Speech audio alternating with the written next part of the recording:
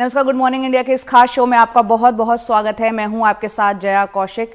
सबसे पहले बुलेटिन की शुरुआत कर रहे हैं हम झारखंड से जो आ रही है अहम खबर। देवघर में त्रिकूट रोपवे हादसे में 3 लोगों की मौत अब तक हो चुकी है, जबकि अब भी 9 लोग वहां फंसे हुए हैं। आज सुबह 5 लोगों को निकाला गया है, जिन्हें निकालने का काम वायुसेना के हेलीकॉप्टर इस वक्त कर रहे हैं। आज एक बार फिर राहत का काम शुरू हुआ है। दरअसल यहां ट्रॉली का तार अचानक से टूट गया था, जिससे यहां पे जो ट्रॉली है वो पास की चट्टान से जाकर टकरा गई थी, जिससे 10 अप्रैल की रात यानी रविवार से ही रात का ये घटना घटी है। 12 ट्रॉली में 48 लोग रात भर फंसे रहे।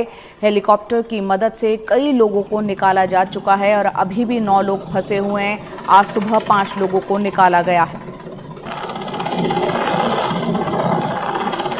तो ये बेहद, जो भी लोग इसमें फंसे हैं उनके लिए बेहद मुश्किल वक्त रहा होगा, क्योंकि जिस तरह से रात भर ये लोग फंसे रहे, इसमें कई बच्चे भी थे, महिलाएं भी थी। और त्रिकुट की जो पहाड़ियां हैं यहाँ पर ये हादसा हुआ। रविवार रात का ये पूरा मामला बताया जा रहा है, 10 अप्रैल का। और उसके बाद से वायुसेना के जो हेलीकॉप्टर है लगातार रेस्क्यू ऑपरेशन में लगे हुए हैं। बहुत सी दिक्कतें यहाँ पर इसलिए भी पेश आई क्योंकि जहाँ पर ये रोपवे पे ट्रॉली जो फंसी हुई थी वहाँ तक, क्योंकि काफ़ी वक्त हो गया था इन लोगों को फंसे हुए, तो उन तक पानी पहुँचाना, खाना पहुँचाना, आप तस्वीरों में देखिए किस कदर मुश्किल रहा होगा इस रेस्क्यू ऑपरेशन को। और इस दौरान आप ये देखिए कि जब लोगों को नीचे उतारा जा रहा था तो क्या कुछ हालत रही होगी, कैसा मानसिक रूप से स्थिति का उन्होंने सामना किया होगा। 3 लोगों की, हालांकि दुखद बात यह है कि 3 लोगों के इस रेस्क्यू ऑपरेशन के दौरान जान चली गई है। अभी भी रेस्क्यू ऑपरेशन चल रहा है रात में, क्योंकि अंधेरा हो जाता है, काफ़ी वक्त तक उस ऑपरेशन को रोकना पड़ता है। मनीष कुमार हमारे सहयोगी लगातार इस पर जानकारियां दे रहे हैं। मनीष, फिलहाल क्या अपडेट है? रविवार की ये घटना है, 9 लोग अभी भी फंसे हुए बताए जा रहे हैं। किस तरह से क्या क्या किया जा रहा है कि सुरक्षित इनको बाहर नीचे लाया जा सके? देखिए जय, सबसे बड़ी बात है, सबसे बड़ी अच्छी खबर यह है कि 5 लोगों को आज सुबह में निकाला गया है रेस्क्यू ऑपरेशन में। ये इंडियन एयरफोर्स के चॉपर के द्वारा ये सारा रेस्क्यू ऑपरेशन चल रहा है। हालांकि उनको सपोर्ट करने के लिए आईटीबीपी, इंडियन आर्मी, एनडीआरएफ के सबके जवान हैं। कहीं ना कहीं एक कोऑर्डिनेशन भी है, लेकिन जो मुख्य रेस्क्यू ऑपरेशन है वो एयरफोर्स के जवानों के द्वारा, उनके चॉपर के द्वारा किया जा रहा है। और आप कह सकती हैं कि ये जो 5 लोग निकले हैं स्वस्थ हैं, क्योंकि कल रात में ड्रोन के माध्यम से उन्हें पानी और कुछ खाने का सामान उन तक पहुंचाया जा सका, जो एक तरह से प्रशासन के लिए और रेस्क्यू में लगे हुए सभी लोगों के लिए एक बहुत बड़ी राहत की बात किया रही थी, क्योंकि लोग जो हैं वो 40 घंटे से फंसे हुए हैं। और अब ये उम्मीद की जा रही है कि अगले 2 से 3 घंटे में ये रेस्क्यू ऑपरेशन कंप्लीट कर लिया जाएगा। जया जी, ये बेहद मुश्किल वक्त रहा होगा उन लोगों के लिए जो इसमें फंसे हुए थे। 9 लोग आप बता रहे हैं मनीष अभी भी फंसे हुए हैं, उनको निकालने की कोशिश चल रही है। जो लोग बच के निकले हैं उन लोगों से आपने बात की, कैसे रहा उनका ये पूरा वक्त? क्योंकि बहुत मुश्किल रहता है। इन जो 9 लोग फंसे हुए हैं उनमें क्या छोटे बच्चे और महिलाएं भी हैं? उनके बारे में कोई जानकारी मिली है? हाँ, उसमें कई सारे बच्चे भी हैं, कई महिलाएं भी हैं, कई पुरुष भी हैं। और सबने एक तरह से कहा था कि उनको ये उम्मीद नहीं थी कि उनका वो सकुशल वापस आ पाएंगे। लेकिन हाँ, चूंकि प्रशासन उन तक किसी न किसी माध्यम से बार बार पहुंच रहा था, एनडीआरएफ के जवान उनको कुछ न कुछ पहुंचा पा रहे थे, या उन तक ये आहट थी कि हाँ सब लोग उनको रेस्क्यू करने में लगे हुए हैं, इसके कारण लोगों का एक ढाढ़स बंधा हुआ था। लेकिन हाँ, आप कह सकती हैं कि एक तरह से उनके लिए ये एक तरह दूसरा जीवन है। बिल्कुल, एक तरह से उनके लिए दूसरा जीवन है। और उम्मीद हम करते हैं कि जो 9 लोग फंसे हुए हैं वो जल्द से जल्द सुरक्षित नीचे आ जाएंगे। लगातार कोशिशें जारी हैं। आज सुबह 5 लोगों को निकाल लिया गया है। आप देख रहे हैं वायुसेना के जो हेलीकॉप्टर हैं वो इस अभियान में लगे हुए हैं। बहुत बहुत शुक्रिया मनीष पूरी इस जानकारी के लिए आपका।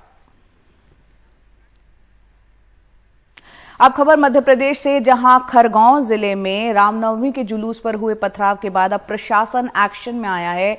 दंगे के आरोपियों के घरों पर सोमवार को बुलडोजर चला दिया गया। खरगोन के संवेदनशील छोटी मोहन टॉकीज इलाके में भारी फोर्स की तैनाती करके मकानों को बुलडोजर से तोड़ा गया। शोभा यात्रा पर पथराव में कई लोग घायल हुए थे। जिले के एसपी भी गोली लगने से घायल हो गए। रामनवमी जुलूस में डीजे पर जो आपत्तिजनक भड़काऊ गाने बज रहे थे, उसके बाद एक समुदाय के लोगों ने यहां पर उस पर ऐतराज जताया। उसके बाद यहां पर पत्थरबाजी शुरू हो गई। खरगोन में अब तक 84 लोगों की गिरफ्तारी हो चुकी है। इस घटना को लेकर मुख्यमंत्री ने कहा कि किसी भी दंगाई को बख्शा नहीं जाएगा। हालांकि जिस तरह से बुलडोजर चलाकर आरोपियों के घर तोड़े जा रहे हैं, प्रशासन की इस कार्रवाई पर भी कई सवाल खड़े होते हैं। जब तक कोई दोषी सिद्ध नहीं हो जाता, कोर्ट की ओर से कोई आदेश नहीं आ जाता, ऐसे में प्रशासन केवल आरोप के आधार पर कैसे घरों को तोड़ रहा है। अगर कोर्ट में इनमें से किसी पर भी दोष साबित अगर नहीं होता है तो उसकी भरपाई कौन करेगा जो ये घर तोड़े जा रहे हैं।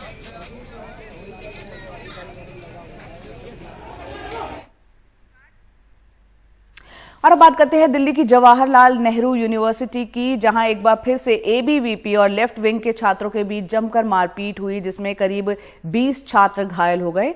इस बार विवाद की वजह जो है नॉनवेज पर पाबंदी और रामनवमी की पूजा को रोकने को लेकर बताया जा रहा है। इस मामले को लेकर दिल्ली पुलिस पर भी काफी गंभीर आरोप लग रहे हैं। घटना के वक्त पुलिस आखिर क्यों वहां पर मूक दर्शक बनी रही, आइए देखते हैं हमारे सहयोगी मुकेश सिंह सेंगर की ये रिपोर्ट।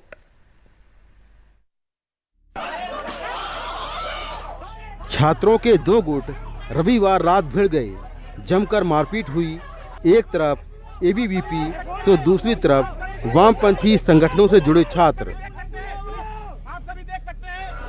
वामपंथी गुटों के छात्रों का आरोप है कि कावेरी हॉस्टल में एबीवीपी के लोगों ने नॉनवेज नहीं बनाने दिया। यहां तक कि नॉनवेज लाने वाले वेंडर और मेस के इंचार्ज की पिटाई भी की। जब उनके इस कदम का विरोध किया गया तो उन्होंने विरोध कर रहे छात्रों पर लाठी डंडों से हमला कर दिया।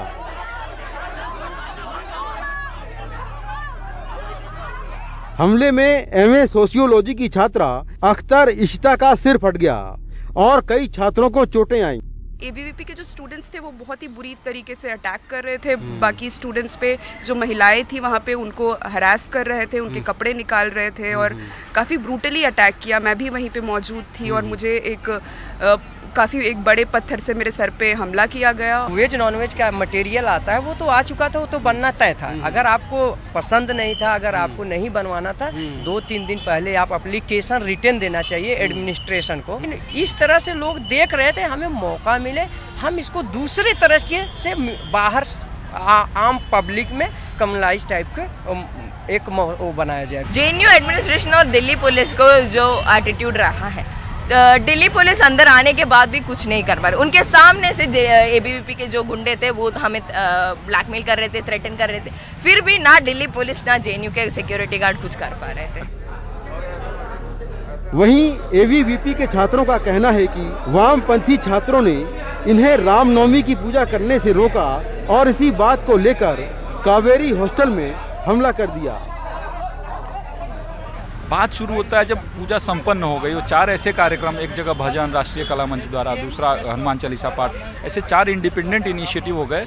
एबीवीपी का कोई प्रोग्राम नहीं था। बात वहाँ शुरू, ऐसा क्यों हो गया जेएनयू में, ऐसी पूजा क्यों हो गई? इसके कारण ये 8:30 बजे इकट्ठा होते हैं, कावेरी हॉस्टल पे अटैक करते हैं। एक बात बताओ, अगर वार्डन को आप कंप्लेंट करने जा रहे हो तो 150 लोग क्यों जाते हैं? उनके हाथ में पत्थर क्यों होता है? उनके हाथ में लाठी डंडे क्यों होते हैं?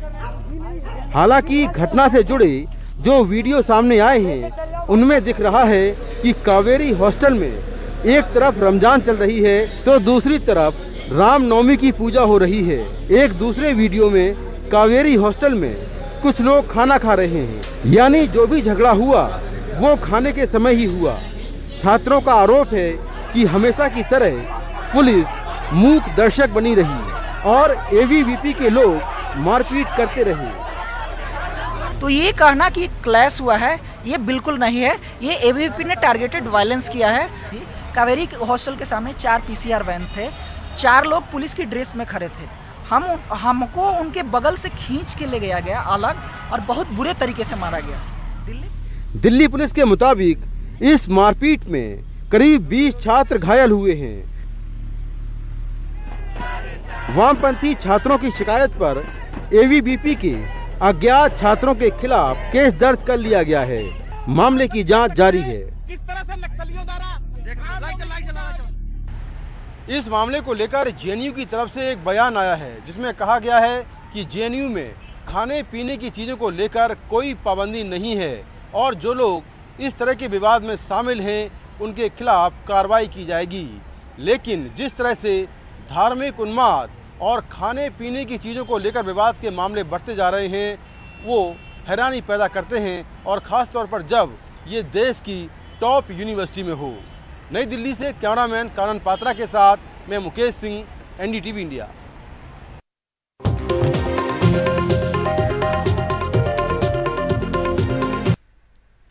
यूक्रेन संकट के बीच प्रधानमंत्री मोदी और अमेरिकी राष्ट्रपति जो बाइडेन के बीच एक वर्चुअल मीटिंग हुई, जिसमें प्रधानमंत्री मोदी ने कहा कि उन्होंने यूक्रेन और रूस के राष्ट्रपति से कई बार फोन पर बात की और शांति की अपील की। प्रधानमंत्री मोदी ने कहा कि उन्होंने सीधी बातचीत का सुझाव भी दिया है। साथ ही कहा कि बूचा शहर में निर्दोष नागरिकों की हत्या की खबर बहुत चिंताजनक है। हमने निंदा की है और स्वतंत्र जांच की मांग की है। प्रधानमंत्री ने कहा कि भारत और अमेरिका विश्व के दो सबसे बड़े और पुराने लोकतंत्र के रूप में स्वाभाविक सहयोगी हैं।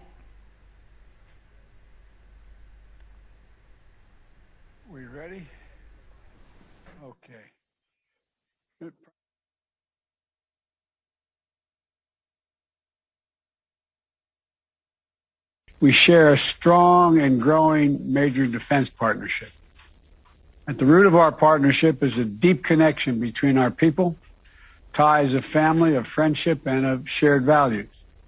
On that note, I want to welcome India's humanitarian support for the people of Ukraine. मैंने यूक्रेन और रूस दोनों के राष्ट्रपतियों से कई बार फोन पर बातचीत की। मैंने न सिर्फ शांति की अपील की, बल्कि मैंने राष्ट्रपति पुतिन को यूक्रेन के राष्ट्रपति के साथ सीधी बातचीत का सुझाव भी रखा। हाल में बूचा शहर में निर्दोष नागरिकों की हत्याओं की खबर बहुत ही चिंताजनक थी।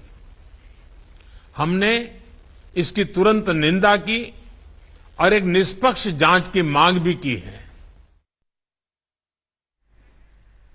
तो रूस और यूक्रेन के बीच ये जंग जारी है। आपने देखा किस तरह से वर्चुअल मीटिंग हुई है प्रधानमंत्री मोदी और अमेरिकी राष्ट्रपति जो बाइडेन के बीच। इस पर विस्तार से जानकारी दे रहे हैं हमारी सहयोगी कादम्बिनी शर्मा। प्रधानमंत्री मोदी और अमेरिकी प्रेसिडेंट जो बाइडेन के बीच आज वर्चुअल मुलाकात हुई और ये मुलाकात एक ऐसे वक्त में हो रही है जब दोनों ही नेता ये कह रहे हैं कि ये काफी मुश्किल वक्त है, खासकर ये देखते हुए कि रूस और यूक्रेन के बीच किस तरह से युद्ध चल रहा है और बाकी देशों के संबंधों पर या बाकी देशों की दशा पर किस तरह से असर डाल रहा है। जहां पर प्रेसिडेंट बाइडेन ने ये याद दिलाया कि कैसे दोनों देशों के बीच गहरे रिश्ते हैं, चाहे परिवारों के जरिए हो, लोगों के जरिए हो या फिर डिफेंस के अहम जो जरिए हैं उनके जरिए हो। तो ये उन्होंने याद दिलाया, कहा कि दोनों ही ये लोकतांत्रिक देश हैं। दूसरी तरफ पीएम मोदी ने भी ये कहा कि इस बात का आभार प्रकट करते हैं कि वो खुद अमेरिका की तरफ से ये बातचीत जो है उसकी पहल की गई है, ये अपने आप में काफ़ी अहम है। दूसरी तरफ उन्होंने ये भी कहा कि अपने हजारों छात्रों को हम यूक्रेन से निकाल कर लाए, वहाँ के हालात चिंताजनक हैं। बूचा में जो नरसंहार हुआ है उसके बारे में निष्पक्ष जांच की मांग जो भारत ने की है उसकी भी उन्होंने याद दिलाई। साथ ही ये कहा जब बात कर रहे थे वो राष्ट्रपति पुतिन से और यूक्रेन के राष्ट्रपति ज़ेलेंस्की से, उस वक्त उन्होंने ये भी सुझाव प्रेसिडेंट पुतिन को दिया था कि दोनों ही नेता, यूक्रेन और रूस के दोनों ही ये शीर्ष नेता आपस में बैठकर ये बात सुलझाएं और शांति का हल किसी तरह से निकल आए। ये बात उन्होंने यहाँ पर प्रेसिडेंट बाइडेन के साथ कही है। तो बाकी चीज़ों के बारे में भी बात हुई, लेकिन सबसे अहम यहाँ पर यह है कि खुद अमेरिका की तरफ से इस बातचीत की पहल हुई और जिस तरह से एक माहौल बना हुआ था पिछले कुछ दिनों में, सैंक्शंस की बात हो रही थी, कॉन्सिक्वेंसेस की बात हो रही थी, उसको लेकर ये और भी ज़्यादा अहम हो जाता है। पिछले कुछ दिनों में जितने भी राजनयिक या नेता यहाँ पर भारत में आए हैं दूसरे देशों से, सिर्फ जो रूस के विदेश मंत्री थे लैवरोव, सिर्फ वो पीएम मोदी से मिल पाए। उसके बाद ये बातचीत आज हुई है प्रेसिडेंट बाइडेन और पीएम मोदी के बीच। तो एक तरह से ये माना जा रहा है कि दोनों देश एक दूसरे के लिए कितनी अहमियत रखते हैं, ये भी इसका संकेत है। और किस तरह से भारत जो है वो अपने हितों की रक्षा कर ही रहा है, लेकिन साथ के साथ वो एक बैलेंस भी बना रहा है, वो भी यहाँ पर इस तरह से अमेरिका की पहल में साफ नजर आता है। दिल्ली से कादम्बिनी शर्मा, एनडीटीवी इंडिया।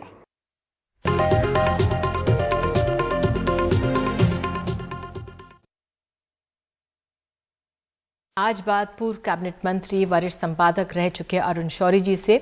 उनकी नई किताब आई है the commissioner for lost causes.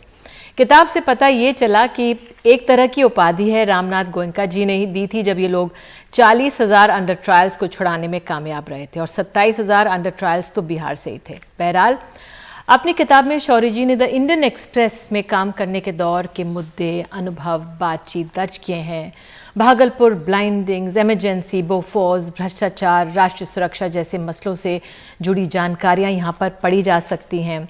एक भारी मोटी किताब है, 583 पन्नों की, और इसको खरीदा जा सकता है। और शौरी जी एक तरह से पुल हैं जो पुरानी पीढ़ी है, पुरानी सरकार और नई सरकार, उसके बारे में हम उनसे चर्चा करेंगे और उन्हीं से ही बात करेंगे। बहुत बहुत धन्यवाद सर आने के लिए, समय निकालने के लिए। मेरा पहला सवाल आपसे यही है कि आप वाजपेयी जी की सरकार में मंत्री रहे और आपने इंदिरा गांधी, राजीव गांधी, वीपी सिंह तमाम सरकारें देखी हैं, और अब की ये सरकार बीजेपी के नेता के तौर पर आप रहे हैं, और अब बीजेपी की सरकार है जो मजबूती से आगे बढ़ रही है। इस सरकार के काम करने के तरीके में क्या कुछ अलग है जो पहले की सरकारें हैं, या मूल मंत्र वही है कि जो विपक्ष है बेवजह हंगामा करता है, हम तो ठीक कर रहे हैं? नहीं, ऐसा नहीं था। पहले तो क्योंकि प्राइम मिनिस्टर की पर्सनैलिटी पर बहुत कुछ डिपेंड करता है। जैसे कोई आजकल जैसे चीज़ें होती हैं, जैसे फुल पेज इतने एडवर्टीजमेंट, और छोटी सी चीज़ दीजिए, फुल पेज एडवर्टीजमेंट आते हैं, एक पर्सनैलिटी कल्ट बिल्ड किया जाता है।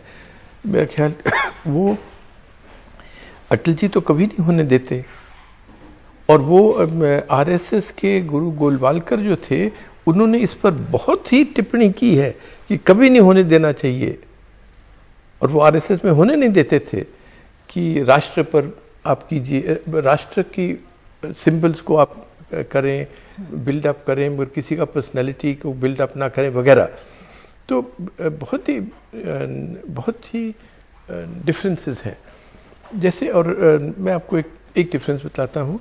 आज मैं नहीं जानता, और मेरा जब भी मोदी साहब से मिलना हुआ तो मुझे ये इम्प्रेशन नहीं हुआ, मगर लोग कहते हैं कि भाई उनके आगे कुछ कह नहीं सकते। आजकल सिविल सर्वेंट्स मुझे कहते हैं, उनके मंत्री डर कर बैठे हुए रहते हैं, कैबिनेट में कोई डिस्कशन नहीं होती।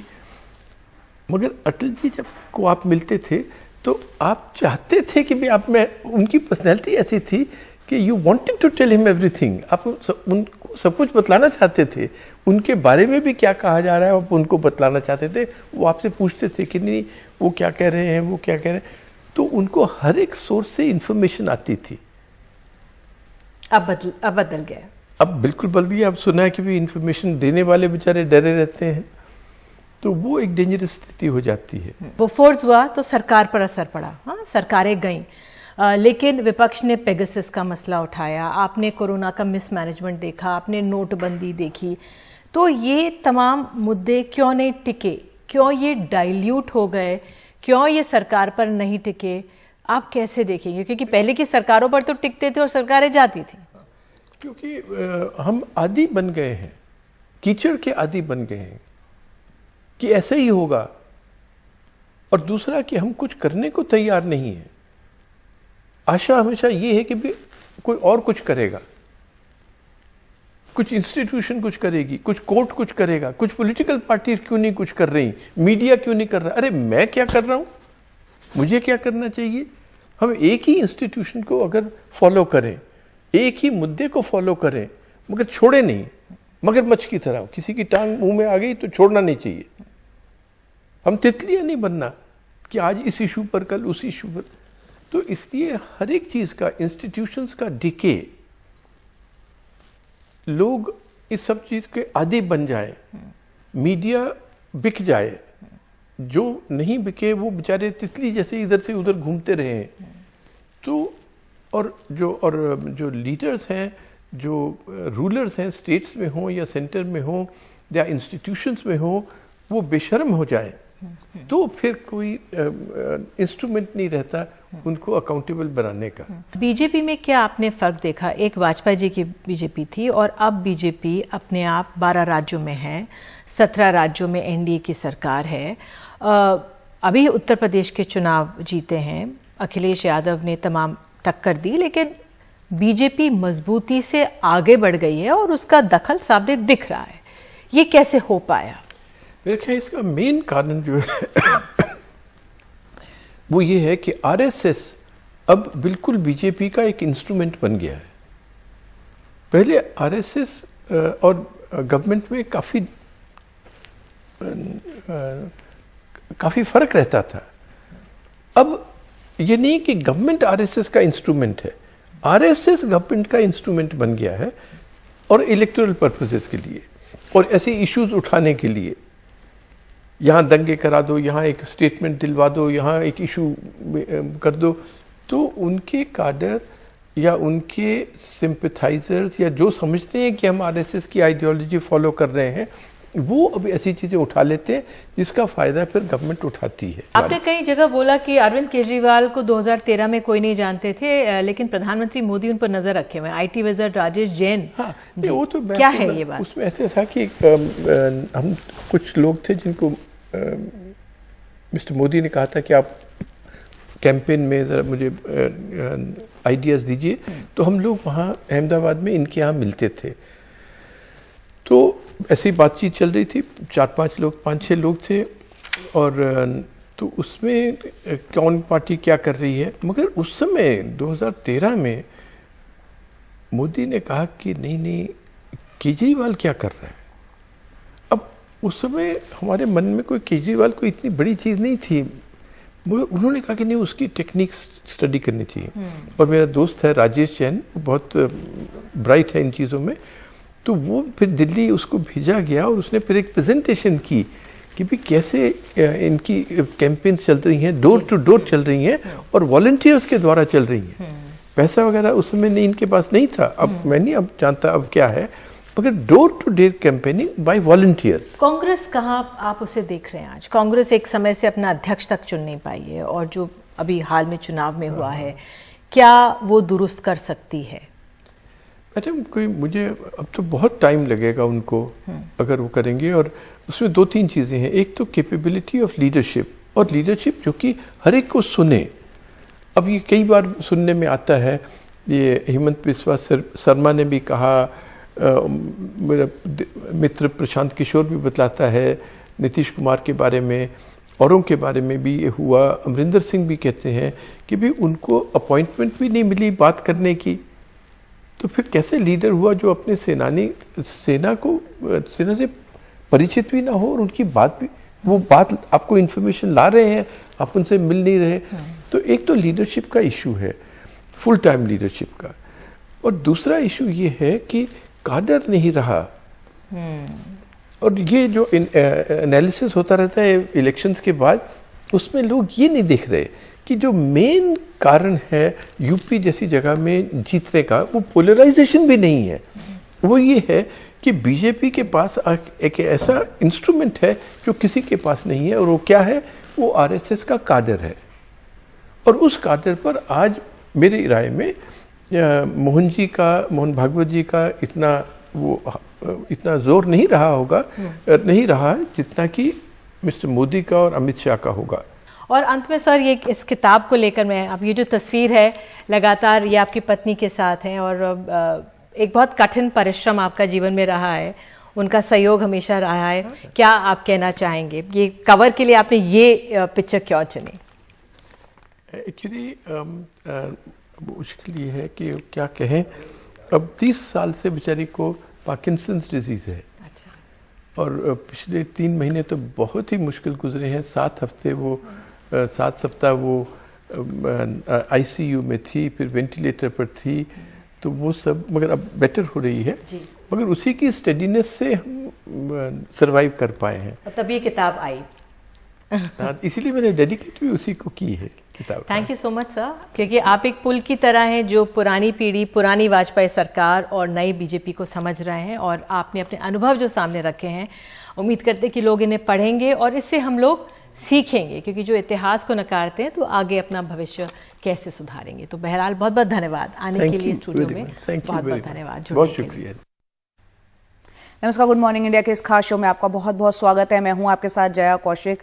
बात कर रहे हैं हम झारखंड के देवघर की, जहां त्रिकूट रोपवे हादसे में 2 लोगों ने अपनी जान गंवा दी, जबकि अब भी 8 लोग वहां फंसे हुए हैं।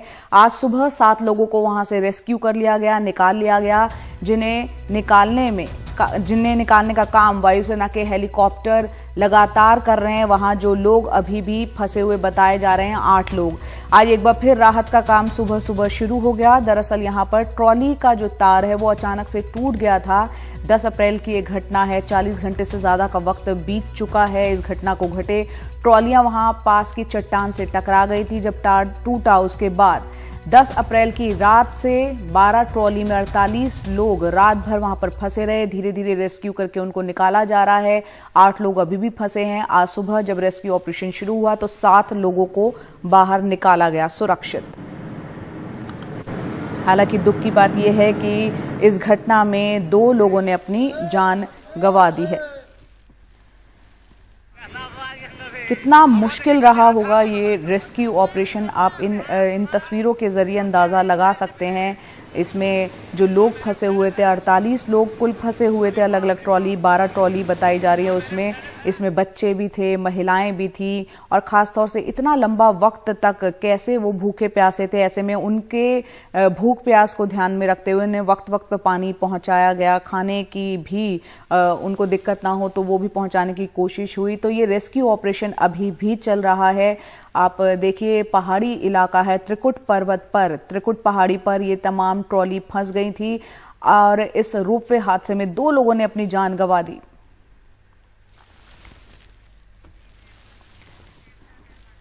देवघर के जो डीसी हैं वो हमारे साथ फोन लाइन पर जुड़ रहे हैं। बहुत बहुत शुक्रिया सर हमसे जुड़ने के लिए। फिलहाल वहां हालात कैसे हैं? रेस्क्यू ऑपरेशन आज सुबह शुरू हुआ है, अभी कितने लोग और फंसे हुए हैं वहां?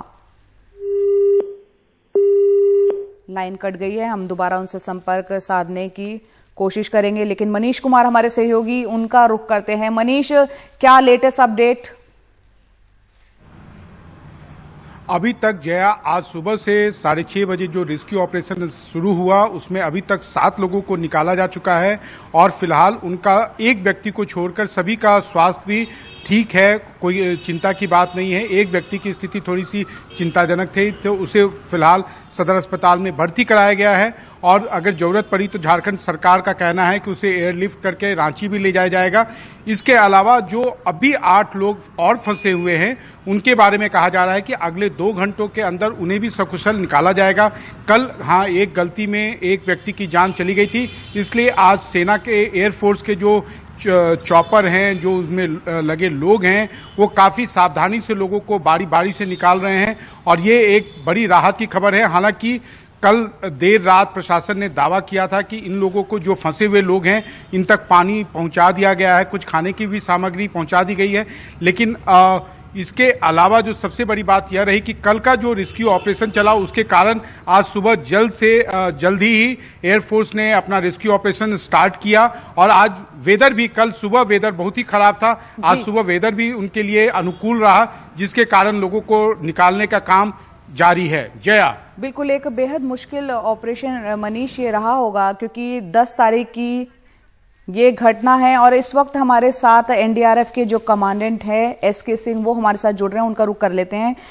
बहुत बहुत शुक्रिया सर हमसे जुड़ने के लिए। आपके पास क्या क्या जानकारियां मिल रही है, और काफी मुश्किल रहा होगा ये ऑपरेशन, क्योंकि जो लोग फंसे हुए उनमें बच्चे भी शामिल है, महिलाएं भी हैं।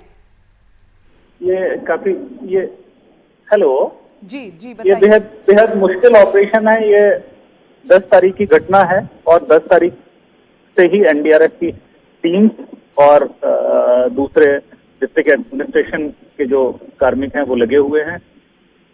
कल हेलीकॉप्टर से इवैक्यूएशन शुरू हुआ था, जिसमें कल शाम तक 22 हेलीकॉप्टर थे और 11 ग्राउंड एफर्ट से एनडीआरएफ के द्वारा रेस्क्यू किए गए थे। आज भी ऑपरेशन शुरू हो चुका है फर्स्ट फ्लाइट से, और अब तक 2 सॉर्टीज में 7 रेस्क्यू कर लिए गए हैं।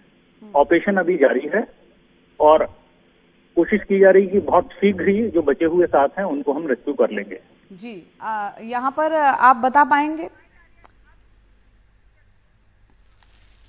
यहाँ सर आप ये बता पाएंगे कि अभी क्या संख्या जो फंसे हुए लोगों की है वो कुल 8 है, और आपसे ये भी समझना चाह रहे हैं कि हालांकि पूरी कोशिश हो रही है कि जो लोग हैं वहां पर, क्योंकि 10 तारीख से 40 घंटे से ज्यादा का वक्त ऑलरेडी बीत चुका है, वहां पे जो फंसे हुए उनको खाना और पानी भी पहुंचाने की कोशिशें हैं। जो अंदर लोग फंसे हुए उनकी मानसिक स्थिति कैसी है, क्या उनसे बातचीत हो पा रही है, उस थोड़ा रेस्क्यू ऑपरेशन कैसे चल रहा है उस बारे में बताएं। देखो, रेस्क्यू ऑपरेशन अब टोटली ये एयरबॉर्न एफर्ट पर डिपेंड है जी, क्योंकि जो ट्रॉलीज, जो कार केबल हैं जो रास्ते पर लटकी हुई हैं, वहां पर ह्यूमनली जाना पॉसिबल नहीं है। और जो फंसे हुए लोग हैं उनको ड्रोन की मदद से हम पानी खाना पहुंचा रहे हैं, और उनके पास में जो मोबाइल फोन्स हैं उनसे उनके परिवार के थ्रू संपर्क भी हो रहा है।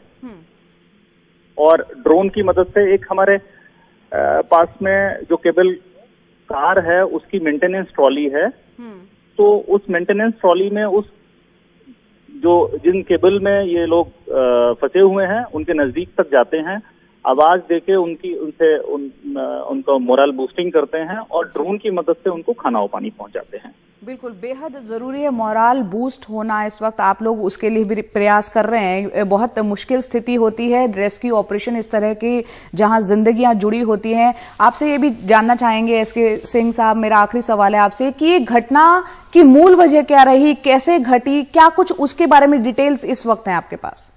ये टेक्निकल इश्यू आपने मेरे से पूछा है, केबल कार ऑपरेटर वाले ही बता सकते हैं। वो जितनी मेरे उनसे बात हुई है, कुछ टेक्निकल फॉल्ट ही आया है इसमें। वो कहते हैं कि ऐसा जो हुआ है वैसा नामुमकिन था, लेकिन हुआ है जी। ऐसा कोई पास्ट हिस्ट्री भी नहीं है कि सारी केबल जो है वो कार से उनके जो पुली है वो निकल जाए, ऐसा बताते हैं। जी जी जी, बहुत बहुत शुक्रिया सर हमसे जुड़ने के लिए और ये अहम जानकारियां देने के लिए, किस तरह से यहाँ पर एनडीआरएफ की टीम और साथ ही वायुसेना के जो हेलीकॉप्टर हैं वो इस ऑपरेशन में लगे हुए हैं, वहां पर लोगों की हौसला अफजाई कर रहे हैं। और वहां पर क्योंकि काफी वक्त हो गया इन लोगों को यहाँ पर फंसे हुए, फिलहाल 8 लोग बताए जा रहे हैं वहां फंसे हुए हैं और आज सुबह 7 लोगों को निकाल लिया गया है। उम्मीद करते हैं कि बाकी बचे हुए 8 लोगों को भी सुरक्षित जल्द से जल्द नीचे उतार लिया जाएगा, बाहर आ जाएंगे वो।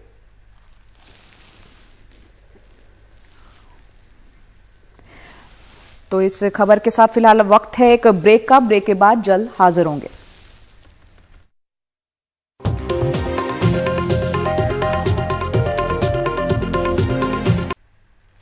दिल्ली एनसीआर के स्कूलों में कोरोना के मरीजों की संख्या लगातार बढ़ रही है। पहले गाजियाबाद के 2 स्कूलों में 6 बच्चे कोरोना संक्रमित पाए गए, फिर कल शाम नोएडा के एक स्कूल में 13 बच्चे और 3 टीचर्स कोरोना पॉजिटिव पाए गए। संक्रमित होने वाले बच्चों में 6ठी के 3, 8वीं के 6 और 12वीं के 4 छात्र शामिल हैं। इसके साथ ही गाजियाबाद और नोएडा में 2 दिन के अंदर 21 मामले मिले हैं। फिलहाल इन स्कूलों में ऑफलाइन क्लासेस बंद कर दी गई हैं। 18 अप्रैल तक ऑनलाइन क्लासेस ही चलेंगी।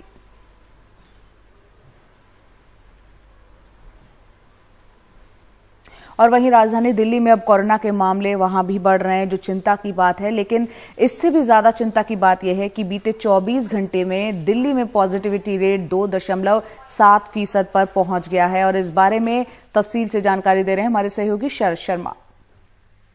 दिल्ली में कोरोना के मामले एक बार फिर तेजी से बढ़ते हुए दिखाई दे रहे हैं। पिछले 24 घंटे में दिल्ली में 137 नए कोरोना के मामले सामने आए हैं। लेकिन जो ज़्यादा चिंता की बात है वो ये है कि दिल्ली के अंदर पिछले 24 घंटे में पॉजिटिविटी रेट 2.7% पहुंच गया है। ऐसा जो स्तर आया है पॉजिटिविटी रेट का वो फरवरी के बाद 5 फरवरी को लगभग ऐसा स्तर देखा गया था जब ओमिक्रॉन वायरस जो था या ओमिक्रॉन वेरिएंट था उसने जो है लोगों को काफ़ी परेशान किया हुआ था, तो उसका जो असर दिख रहा था। और अब जो है जाकर जो है ये स्तर जो है पॉजिटिविटी रेट का दिखाई दे रहा है।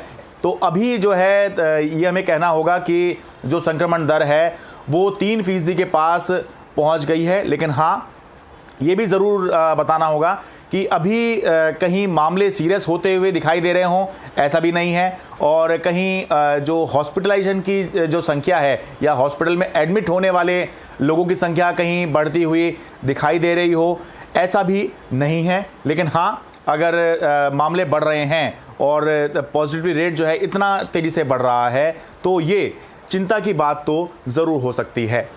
Sharad Sharma, NDTV India.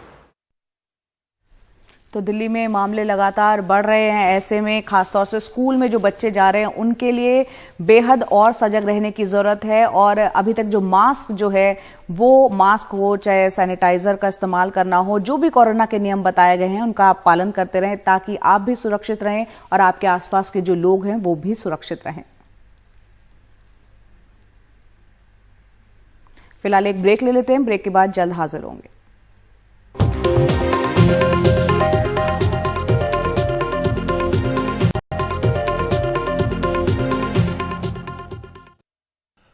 नमस्कार, एनडीटीवी इंडिया में आपका स्वागत है। मैं हूं मनोरंजन भारती। आज चर्चा करेंगे कोरोना के बूस्टर डोज की तैयारी हो रही है और इसको लेकर के कुछ सवाल उठने लाजमी हैं और इन्हीं सब पर बातचीत करने के लिए हमारे पास डॉक्टर एसके सरीन हैं जो कि टास्क फोर्स के मेंबर भी रह चुके हैं दिल्ली के। सर, सबसे पहला सवाल है जो कि चर्चा हो रही है कि यदि ये तीसरा डोज है जिसे हम बूस्टर डोज बोल रहे हैं तो क्या ये हर साल लगाना पड़ेगा 9 महीने के बाद? आगे की सोचते हैं मनोरंजन जी। अभी के हिसाब से बूस्टर 9 महीने के बाद लगाने के लिए कहा गया जिनकी 2 डोज लग चुकी हैं। तो ऐसे लोगों के लिए अगर अपन 9 महीने बाद लगाएं तो उम्मीद है कि इसका असर लंबे समय तक रहेगा, लगभग 9 महीने से साल तक उम्मीद है। हाउएवर, नया वेरिएंट आ जाए या वायरस का पूरा स्वरूप बदल जाए या वो वायरस किसी और के साथ हो जाए तो मुश्किल होगी। तो मैं ये कहूंगा कि ये वाली डोज जो है, 3rd डोज लगाने से एटलीस्ट 9 महीने से 1 साल तक हमें फायदा रहेगा। ये इसका मतलब हर साल लगाना ही पड़ेगा 9 महीने के बाद? सर, अगर वायरस, जैसे आप कोल्ड का जो होता है फ्लू वाला आप शॉट लगाते हैं, सारे लोगों को जो बुजुर्ग हैं हर साल एक फ्लू का शॉट अक्टूबर, नवंबर, दिसंबर में लगवाना चाहिए क्योंकि उससे निमोनिया नहीं होता। और ये फ्लू जो है ये वही वायरस है जो आपका कोरोना है और ये हर बार बदल जाता है। तो फ्लू का हर साल नया वैक्सीन बनता है, आपको शायद अंदाज होगा, हर साल वैक्सीन बनता है कि निमोनिया, निमोकोकल वैक्सीन हर साल नए आते हैं। तो अगर कोई बुराई नहीं, अगर अपने को पता लग जाए कि ये होने वाला है और ऐसे बच जाएंगे तो क्या बुराई, अगर हर साल भी लगाना पड़े, पर अभी के लिए तो जरूर लगवाना। एक सवाल ये भी लोग पूछ रहे हैं कि आपने तो बोला कि मास्क पर कोई फाइन नहीं है, फिर आप कह रहे हो बूस्टर लगवाओ, तो फिर आप मास्क क्यों हटा रहे हैं? ये बहुत इंपॉर्टेंट सवाल है। मास्क आपकी रक्षा के लिए है, वैक्सीन आपकी रक्षा और दूसरों की, दोनों की रक्षा के लिए। और जैसे आप देख रहे हैं दिल्ली में और थोड़ा बहुत हरियाणा के अंदर भी केसेस वापस से थोड़े से बढ़े हैं पिछले 1 हफ्ते के अंदर। 1.2% पॉजिटिविटी हो गई है, जो कि पहले एक जमाने में मतलब 0.1 तक आ गई थी, उससे भी कम। तो उसको देखते हुए मुझे लगता है कि अपने आप को बचाए रखना, परिवार को बचाए रखना, समाज को बचाए रखना, मास्क लगाना निहायत जरूरी है और साथ ही साथ वैक्सीन भी लगवाना, बूस्टर डोज अगर है या प्रिकॉशनरी डोज है वो भी लगवाना जरूरी। जैसे एक बार मैं आपको बताऊं कि आप आग लगने के बाद कुआं नहीं खोदते, आग लगने से पहले तैयारी करते हैं। उसी तरीके से उन लोगों ने जिन्होंने सोचा कि 2 डोज के बाद में हम ठीक हो गए हैं, बच गए हैं, वैक्सीन ना लगवाएं 3rd डोज, वो गलत है। मुझे लगता है आज आप तैयारी करेंगे, 3rd डोज लगवाएंगे तो 4 हफ्ते 6 हफ्ते के बाद में फिर आपकी इम्यूनिटी बहुत अच्छी हो जाएगी और बहुत समय तक बची रहे। तो दोनों काम करने, वैक्सीन भी 3rd डोज लगवाना है, उसमें कोई हिचक नहीं है, और मास्क भी लगाए रखें। तो इसका मतलब डॉक्टर साहब आप ये कह रहे हैं कि जिस ढंग से पॉजिटिविटी रेट थोड़ी बढ़ी है, इसका मतलब खतरा अभी टला नहीं है, खतरा बना हुआ है। तो भीड़ भाड़ वाले जगहों पे लोगों को एहतियात बरतने की जरूरत है, हालांकि अभी आजकल कोई एहतियात बरत नहीं रहा है। ये बात आपकी बिल्कुल सही है, लोग भूल गए हैं और चाहते हैं भूलना। पर ऐसे समय में ही हम लोगों को ये याद रखना है कि अगर दोबारा आ गया ये तो कितना भयावह हो सकता है, कितनी परेशानी में हम आ सकते हैं। मुझे लगता है कि अगर आप 6 महीने इस साल तक अगर आप थोड़ा सा यत्न करें, थोड़ा सा अपने आप पे सब्र करें, तो मुझे लगता है कि ये वायरस फिर धीरे धीरे डाई आउट हो जाएगा और हमारे वैक्सीनेटेड लोगों की संख्या ज्यादा हो जाएगी। 3rd डोज में लोगों को थोड़ी बहुत हिचक है, सोचते हैं क्या करना है, क्या फायदा है, बट ये बिल्कुल क्लियर है दुनिया में कि 2 डोज के बाद इम्यूनिटी कम हो जाती है, 3rd डोज के बाद बहुत समय तक बनी रहती है। तो ये बहुत अच्छी जो है सरकार की शुरुआत है और मैं बहुत बधाई देना चाहूंगा जो पॉलिसी मेकर्स हैं कि जिन्होंने ये वैक्सीन चाहे प्राइवेट में हो चाहे कैसे अवेलेबल है, मतलब फ्रंट लाइन वर्कर्स को फ्री, डॉक्टर्स को, हेल्थ केयर वर्कर्स को फ्री, 60 से ऊपर हैं या जिनको परेशानी है उन सबको फ्री गवर्नमेंट हॉस्पिटल में। ये पहले ही जनवरी से शुरू हो गया था, पर अब जो उन्होंने ये नई घोषणा की है कि आप 18 से ऊपर हैं, आप कहीं प्राइवेट, और कीमत भी इतनी कम 225 रुपए, उतने में तो आप खाना नहीं खा सकते। नहीं, लेकिन सर कीमत को लेकर के सवाल है तो फ्री क्यों नहीं है सर? यदि ये बूस्टर डोज लगाना जरूरी है तो फ्री होना चाहिए। गरीब आदमी कहाँ जाएगा फिर? जो हमारे घरों में काम करते हैं वो कहाँ जाएंगे? ये आपकी बात सही है कि वो लोग कहाँ जाएंगे, उनके लिए थोड़ी सी मुश्किल हो सकती है, मैं मानता हूं, और उसके लिए भी कोई ना कोई साधन धीरे धीरे निकल आएंगे। पर majority of the people in India can afford 225 rupees, 300 rupees. मैं सोचता हूँ 90% लोग ये चाहेंगे कि उनको लग जाए। हाँ, कई लोगों के पास बहुत ज्यादा पैसा भी है, पर वो क्यों नहीं ऐसे समय में आगे आते हैं समाज के अंदर, अच्छा भाई मैं 5 लाख का लगवा दूंगा, जितने मेरे गांव के लोग हैं उन सबका टीका मैं करवा दूंगा 3rd डोज। ऐसे लोगों की क्या जरूरत नहीं है मनोरंजन जी? यार क्या सारा काम सरकार ही करे? सरकार ने ये बहुत बड़ा किया कि ये वैक्सीन में अवेलेबल करा दी। मैं सोचता हूँ एक बहुत बड़ा कदम है, कहीं और ऐसा कदम नहीं है कि मार्केट के अंदर प्राइवेट हॉस्पिटल में वैक्सीन आपको अवेलेबल हो जाए, तो उसका फायदा उठाना चाहिए, लगवानी चाहिए। नहीं, एक सवाल ये भी उठ रहा है कि क्या हम थोड़ा इंतजार करें, क्योंकि कहा जा रहा है कि कोई जो प्राइवेट की वैक्सीन आएगी वो 3 साल के ऊपर के लोगों को, बच्चों से को लगाई जाएगी, तो क्या हमें इंतजार करना चाहिए, अभी जाके हमें लगवा लेना चाहिए जो अवेलेबल है? देखिए, नई वैक्सीन तो आती रहेंगी और एक से एक नए इम्प्रूव्ड वैक्सीन आएंगी, बच्चों वाली वैक्सीन भी आएंगी, पर मैंने तो 3rd डोज लगवा ली और मैं चाहूंगा कि सब लोग तुरंत एकदम से 3rd डोज लगवाने के लिए तैयार हो। मेरी ओपिनियन में there is no tomorrow for us in infection, there is today, get it right now. आज ही लगवाएं, क्या पता शाम को इन्फेक्शन हो, क्या पता कल हो, उसमें देरी ना करें। लेकिन सर ये जो 9 महीने का जो है वो टाइम पीरियड, जैसे मेरा जो है अगले महीने पूरा होगा तो मुझे इंतजार करना ही पड़ेगा या फिर मैं जाके लगवा सकता हूँ कल के दिन? देखिए, अभी के जो रूल्स है, रेगुलेशन से, वो इसलिए ऐसे बनाए क्योंकि इतनी बहुत ज्यादा तादाद में भी वैक्सीन नहीं है कि साहब, और बहुत ज्यादा साइंस भी ऐसी नहीं है कि साहब 6 महीने के बाद आप लगाएं या 9 महीने के बाद लगाएं, किसमें बेहतरीन रिजल्ट आएंगे। मैं सोचता हूँ 9 महीने वाला ठीक है। थोड़ा सा आपकी बेसब्री में समझ रहा हूँ, और बहुत से लोग हैं मेरे दोस्त जो कह रहे हैं कि साहब जल्दी लगवा दीजिए, ये कर दीजिए वो। मैं सोचता हूँ मास्क अगर आप लगाए रखें, वही एहतियात, मास्क इज ए वैक्सीन, आपको बचाने के लिए तो है वो। It is your self lockdown, तो 1 महीना वो सबर करें।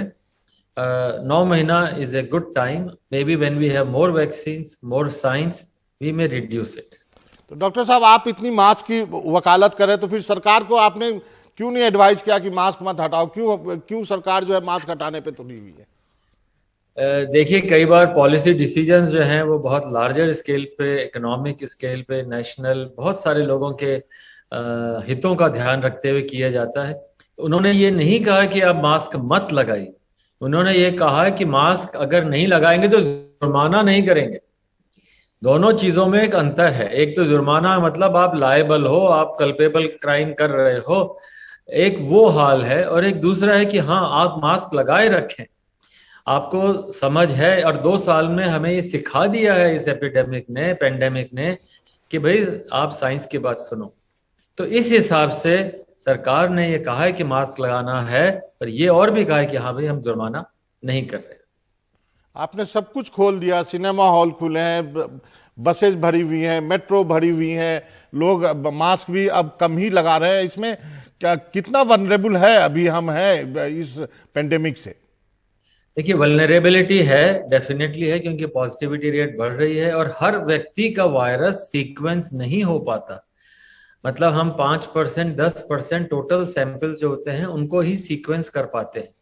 तो अगर नया वेरिएंट आया तो एक ये चांस रह सकता है कि साहब 10 में से 5 या 6 ऐसे व्यक्ति निकल आए जिनमें वायरस का शेप बदल गया हो, और वो जब तक पता लगे, हो सकता है इस हफ्ते अनफॉर्चुनेटली अगर ऐसा हो या 2 हफ्ते में अगर पॉजिटिविटी रेट बढ़ने लग जाए, तो मैं कहूंगा it will be an alarm. अगर 1.2 से 1.5-2% तक पॉजिटिविटी चली जाती है तो हमें ध्यान रखना है। और हाँ, मास्क लगाने में मेरे विचार से कोई रियायत इस साल में नहीं होनी चाहिए। एटलीस्ट अपने आप से तो आप सावधान रहें। एक छोटा सा सवाल है, क्या हम एक अगले वेव की तरफ बढ़ रहे हैं? क्या हमें हांगकांग और बाकी यूरोपियन कंट्री से कोई सीख लेने की जरूरत है? देखिए मैं ये नहीं कहूंगा कि अगले वेव की तरफ बढ़ रहे हैं, पर हाँ हलचल जरूर है। हांगकांग में, चाइना में और कई कंट्रीज में जहां पे ओमिक्रॉन उतना नहीं था और उन लोगों को पहले डेल्टा का भी एक्सपोजर नहीं था, ऐसे कंट्रीज के अंदर जरूर हुआ है। पर यूके में जहां लोगों को 4 डोज लग गई, वहां ये लोग कहने लग गए कि साहब वहां फिर लॉकडाउन लग सकता है। अमेरिका के अंदर भी डेथ रेट्स कोई बहुत कम नहीं हुई हैं, जहां हमारे बहुत से साथियों ने 4 डोज बूस्टर और उसके बाद एक और डोज भी लगवा ली। तो ये वायरस निरंतर रूप बदल सकता है, आपकी इम्यूनिटी को धोखा, आपकी रेजिस्टेंस को धोखा दे सकता है। मेरे विचार में आप कहीं भी जाएं, कहीं भी घूमें, पर अपनी वैक्सीन अपने बाजू पे लगवाए रखें 3rd डोज, और वैक्सीन के साथ मास्क को कभी ना छोड़ें 2022 में। चलिए डॉक्टर सरीन साहब, आपका बहुत बहुत शुक्रिया, आपने वक्त निकाला और इतनी अच्छी बातें जो है अब आपने बताई लोगों को। आपका बहुत बहुत शुक्रिया सर।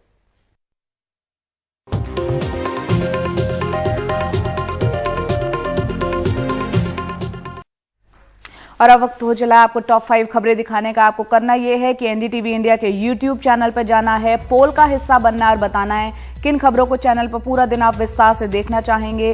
पहली खबर है झारखंड से, जहां देवघर में सबसे खतरनाक एयरलिफ्ट ऑपरेशन चल रहा है। जो लोग ट्रॉली में फंसे उन्हें निकालने का सिलसिला जारी है। दूसरी खबर है मध्य प्रदेश से, जहां खरगोन में पत्थरबाजों के घर प्रशासन ने बुलडोजर चलाए हैं। तीसरी खबर कोरोना से जुड़ी हुई, जहां नोएडा में स्कूल में कोरोना विस्फोट हुआ है, 13 बच्चे संक्रमित पाए गए हैं। चौथी खबर पड़ोसी मुल्क पाकिस्तान से, जहां प्रधानमंत्री बनते ही शहबाज शरीफ का कश्मीर राग शुरू हो गया। पांचवी और आखिरी खबर, क्या रूस यूक्रेन युद्ध पर बदलेगा भारत का रुख? ये तमाम खबरें हमने आपको दिखाई। आप चुनिए इनमें से किन खबर को पूरा दिन विस्तार से देखना पसंद करेंगे आप।